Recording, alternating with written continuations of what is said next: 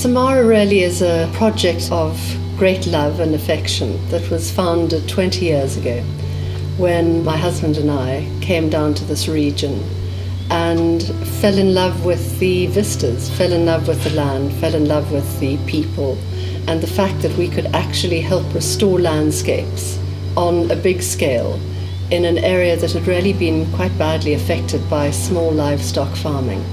And what we sought to do initially was to get the advice of the scientists, because my husband has a scientific background. So it's taken 20 years, first of all by removing the goats and the sheep and the cattle from the property, and then slowly restoring all of the animals that historically used to be in the region. And that's everything from all of the antelope species, and there are species that occur here and don't occur, for example, in the Kruger area, so it makes them quite unique, like springbok and red hartebeest, and we get big herds of eland and Cape Mountain zebra. Yeah. We have also then restored species like black rhino, white rhino, giraffe, and then cheetah. Samara is very much the catalyst for change in the area, and we are the keystone property in the connection between the mountain zebra and the Kamdaboo National Parks. And what we would like to do is to create conservation corridors. We realise that never has there been such an important time as there is today on the planet in terms of preserving these wild areas.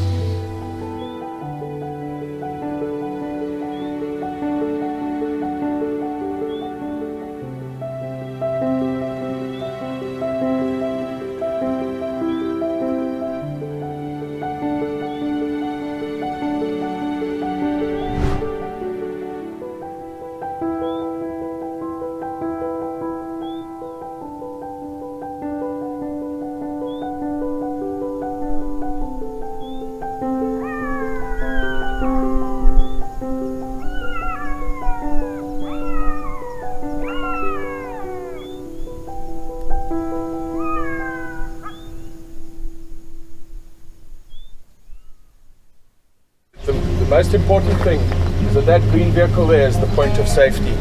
One of our senior rangers will be driving most of you today on that vehicle, and we would like you to please just stay with him as opposed to moving, because then we have no way of making sure that everyone's safe.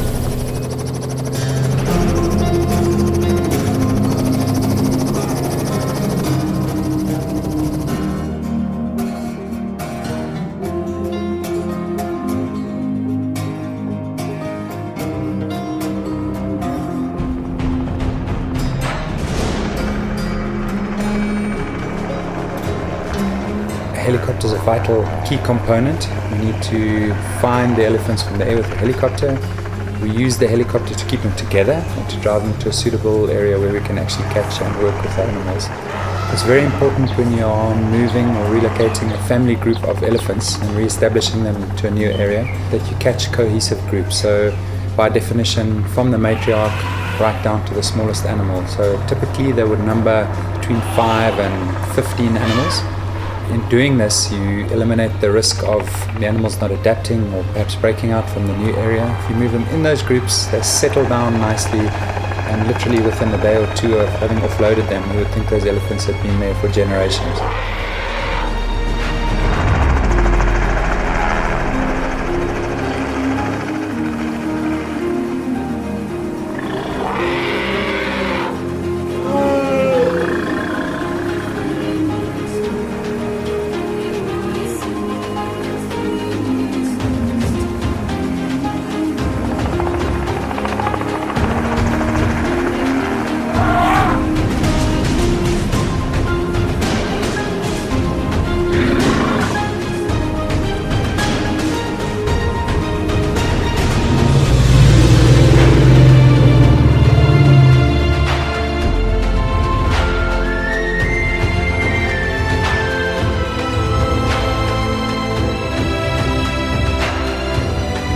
Conway Private Game Reserve is 20,000 hectares. Our elephant population was introduced here in the year 2000 and is now at around 60 animals. We've just come through an extreme drought. Our elephant population do change the vegetation quite a bit, of that there's no doubt. So it's important for us to take opportunities like this to move the animals off.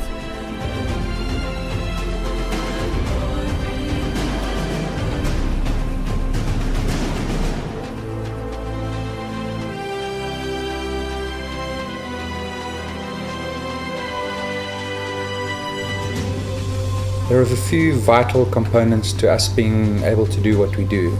25 years ago, it wasn't possible to move big family groups, only small juveniles were moved. The other moving parts, which are also key to us being able to translocate them, is the equipment that we have. So mostly hydraulics. We use hydraulic cranes to be able to lift the elephants upside down. It's a technique that we developed 15 years ago out of default, really. We essentially lift the elephants upside down by their feet. It doesn't look good, but it certainly is considered to be best practice now. No long-term side effects, and they are loaded into tailor-made, purpose-built wake-up recovery crates. What's important to us is that the elephants are only immobilized for a very short space of time. So time is of the essence for us. So the quicker we can lift an animal, put it into a recovery box, and wake it up, the less risk for the animals themselves, and certainly less risk for us too. As human beings, we have an emotional attachment to elephants. It's never nice to see them being loaded and things. I mean, it's obviously exciting and one gets caught up in the capture. But, you know, when the animals get loaded and the door closes, there's always that sort of sad feeling. But I think you're always doing things for the whole of your ecology, starting most importantly with your soil and your vegetation. So, you know, it's a bittersweet moment, let me put it that way.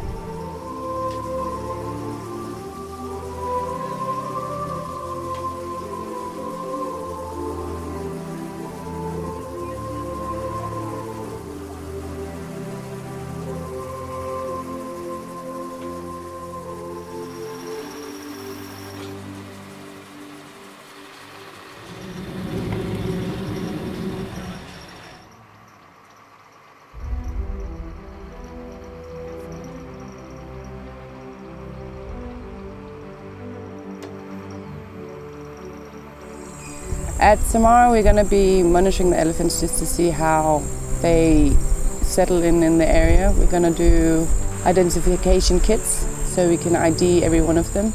The plan is also to set up elephant impact assessment analysis. So every year we want to do an elephant impact assessment just to see how they are affecting the vegetation and if there are any problems that might arise with the vegetation, because they're not used to this area. This is a new area for them, it's new vegetation, so we just really want to monitor that and just make sure that they feel comfortable.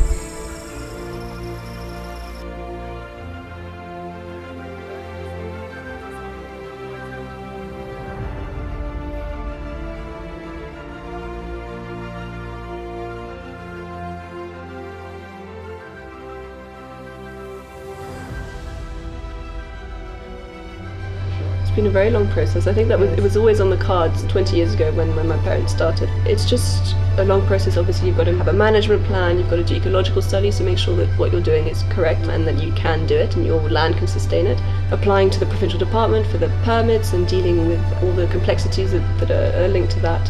And then getting the reserve ready. So, you know, all systems go. As soon as we got the permit, we're like, okay, we've got to make sure the fences can hold the elephants and protect certain iconic trees and make sure we've got all of our monitoring kind of parameters in place as well. So we lift them up, put them into a recovery box, we reverse the immobilizing drugs, and within a minute or two they're woken up and then they're put together and transported in a purpose-built transport crate, which is really strong, a big strong steel box, but all of them travel together. So from the youngest to the oldest animal are moved together. We do administer some tranquilizers along the way, which assist with just reducing anxiety during the journey, and it also helps in the initial day or two of adaptation in the new reserve.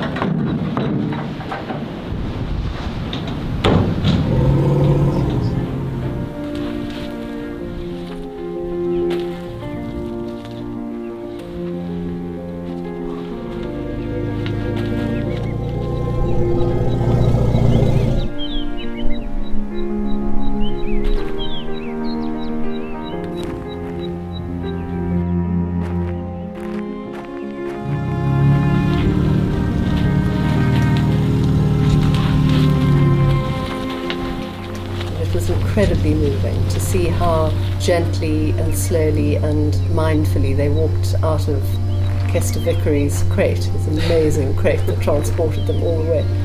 And particularly the last little female that came out of the crate, she was the one that I'd been most worried about, because there was an issue slightly earlier on with her breathing when she first was tranquilized. And she came out looking a little bit dazed. And then she sort of put her trunk down and sprayed some sand over herself. And it was just like, oh, I'm fine, you know. I'm home. I'm home, yeah. Which was really just so special. And I just think it was just one of the most emotional days that we've experienced as a family. And it was just really special to have several of us here.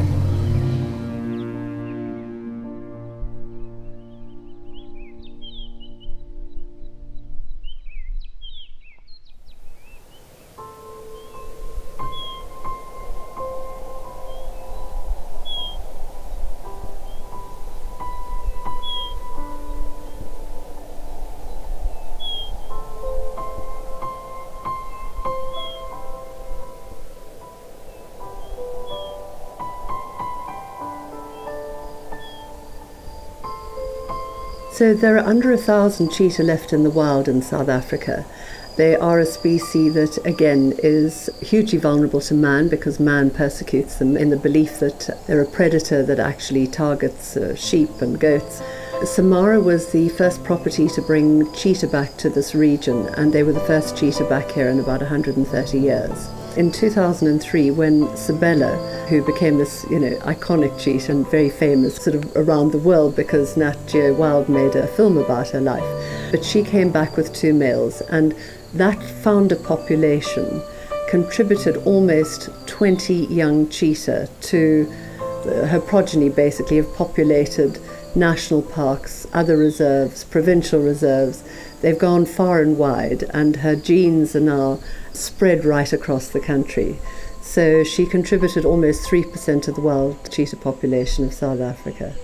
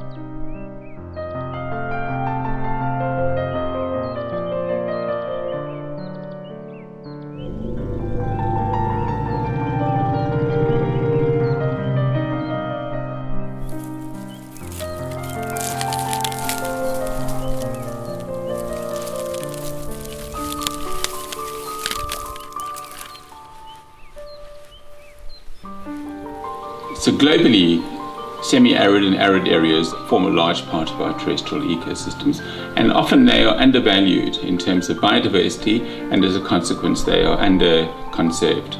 What our research is now starting to show is that we should be looking at these systems differently, not just as areas where we can graze domestic livestock, but in fact where we can start doing interesting things like conserving species that are disappearing, where we can actually start mitigating climate change effects through altering soil processes and herbivory processes on these landscapes.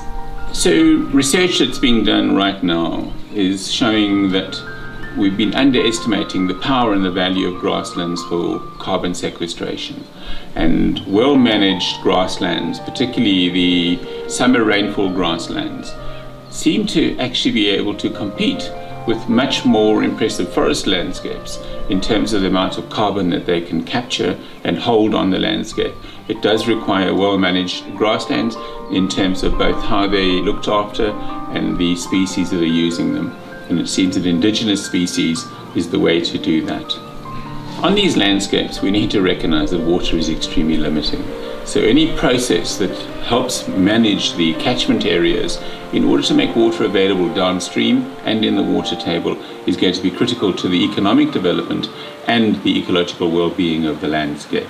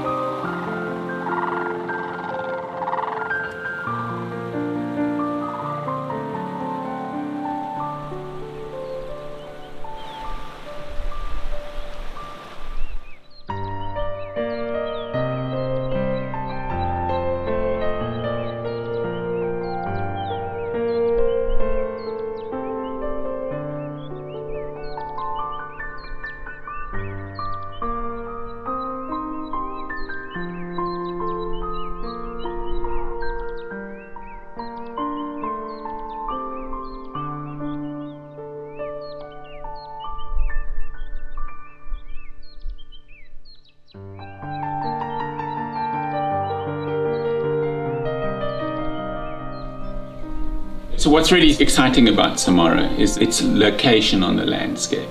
It's on the edge of the escarpment, it's on the interface between winter and summer rainfall. So what you've got is all these different big patterns coming together to create spectacular local patterns. So you have the lowland desert shrubland going up into the very high plateau grasslands.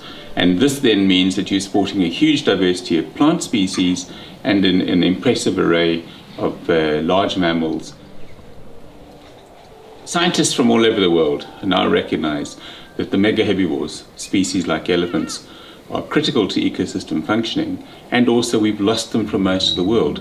Africa is one of the few places where we can maintain mega herbivores. So the opportunity to bring back mega herbivore functioning in the form of elephants to Samara is integral to maintaining ecosystem patterns and process across these landscapes.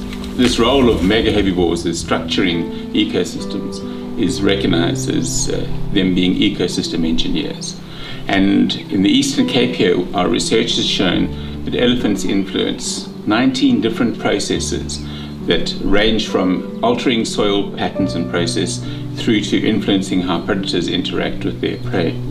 And what is really interesting is that our thinking has gone from elephants being highly destructive and people being very concerned about elephants pushing over trees to understanding that they're shaping the landscapes. And in fact, we could see it as the absence of elephants is as negative on the landscape as the overabundance of elephants.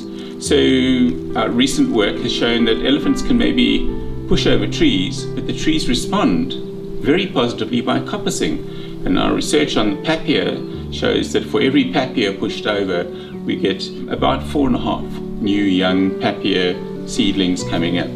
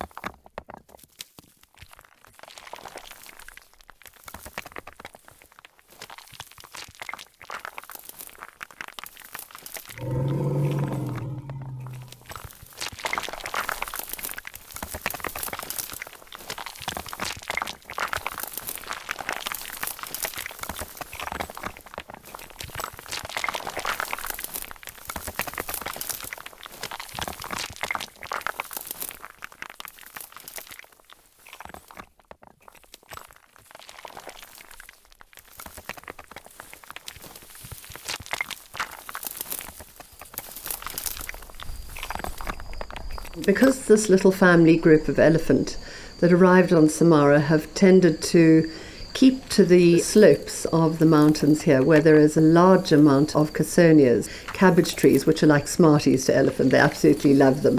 So they've been gorging themselves on the casonias, and I think they're going to roll out of those mountains like fat little butterballs. Obviously, as an integral part, again, of family groups and social hierarchy and structure is that you need bulls to normalize their behavior.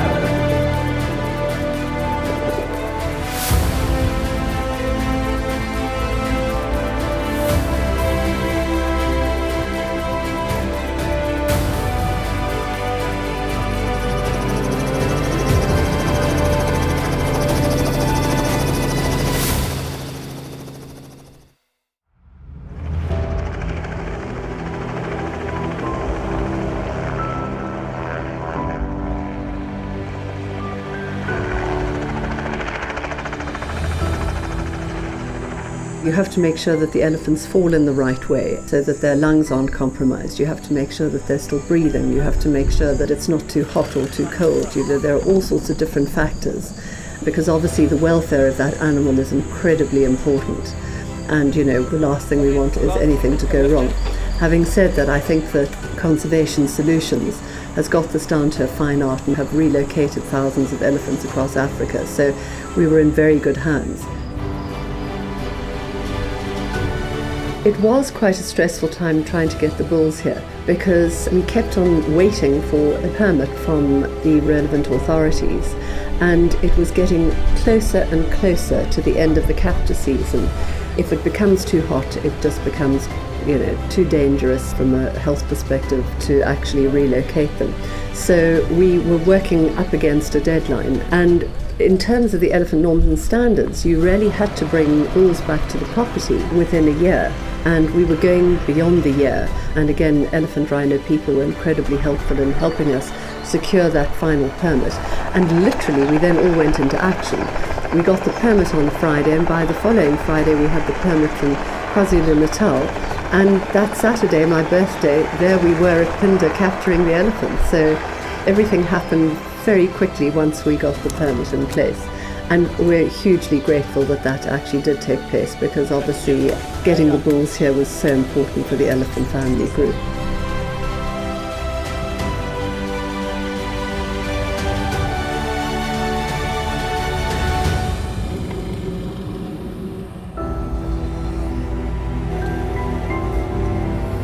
Bulls by definition are at least double the size, if not more, 2 to 2.5 times the size of a big cow. So they're really big. I mean, they're hard to lift. You need a massive crane, you need a big truck to be able to do that. And at this stage, the technique that we use is a big recovery box. It's basically in 10 pieces. We piece it together in the bush using 2 cranes. 2 or 3 people do it.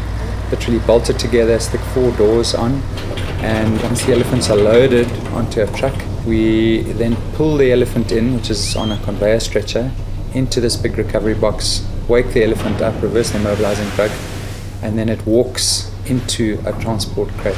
It's always a challenge, and certainly far more risky moving big bulls than it is moving family units. So typically a big truck which transports the elephant, we could load 12 or perhaps 15 elephants in one truck. We can only move 2 bulls in that same space. So that should give you an idea of the scale of these beasts that need to be moved.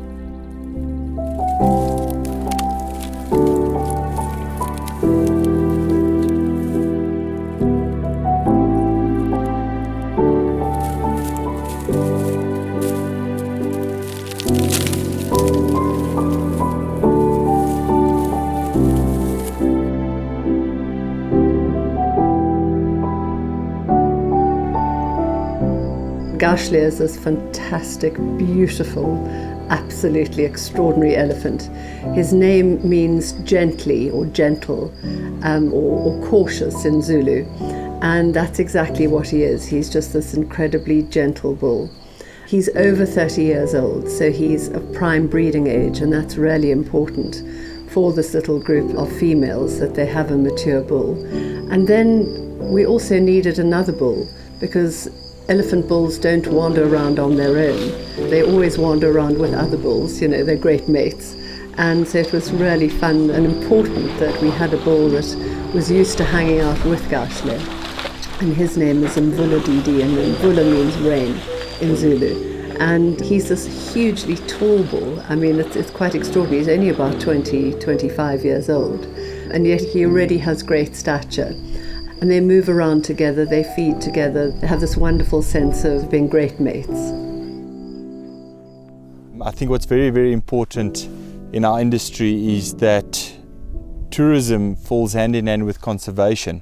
And then there's also a third leg in this tripod, if you want to call it that, and that is your community. What your tourism aspect brings, it creates awareness. It creates jobs, sometimes 2/3 more than what an agricultural farm would create.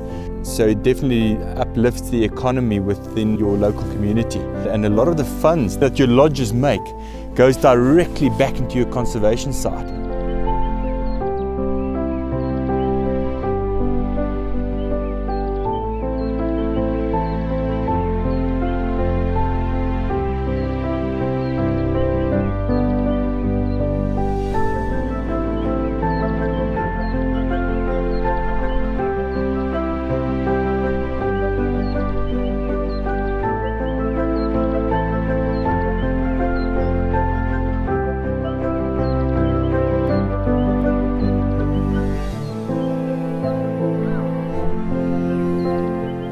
We are very big on taking our clients on foot, get quite close to animals and have that personal sort of engagement with the wildlife. Because when you are in the vehicles, there's a lot of stuff that you miss, whereby when you are on foot, that is when you are in touch with nature. And with these elephants, we've done quite a lot of walking with them, and perfectly. They are amazing elephants. We've walked very close to them and minimal reaction to the clients. Obviously, all our walks are ethically done so that it doesn't affect the behavior of the animal, which is why there's also a lot of emphasis in the training of the guides so that they can handle situations like those quite good when they're in the bush. Samara is actually situated in a very unique spot of the Karoo. It's got quite different biomes. You've got the plateau grasslands up on the mountains, you've got the valley thickets down the valley, your savanna biome, as well as your Nama Karoo, which is a very, very diverse type of an environment to have animals that people don't think exist in this part of the country. To the surprise, I mean, I've had people that have been all over the country, Botswana, the Krugers of this world, and when they come here, they get that wow factor because it's something that is different from the norm. The blue cranes that we have over here, which is one of our national birds, we get flocks of up to 40 birds at one time. It's incredible. It's really a gem in the Karoo. I think people need to explore this part of the country because I think for a long while people never thought a Karoo could give you that safari experience. Now we're changing that perspective, we're changing that mindset. People are happy, we're happy ourselves. I mean, we can see also the occupancies of our clients, and everybody is actually raving about this product.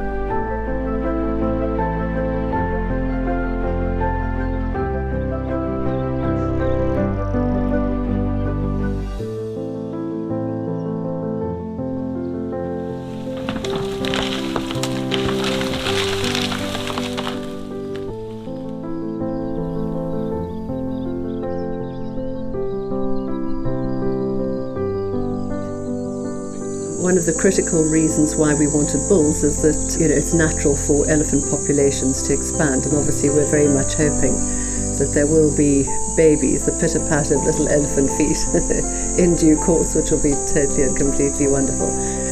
But I've always seen elephant as a species that can help drive conservation corridors, simply because when you talk to people around the world, elephants seem to light up something spiritual, something incredibly important in the human species. And there seems to be this amazing connection in expanding land. I've always seen elephant as a creature that can help us do that, because elephant, like a lot of other animals, do need wide open spaces, and they need big landscapes, and they need these biodiversity corridors that we're trying to create.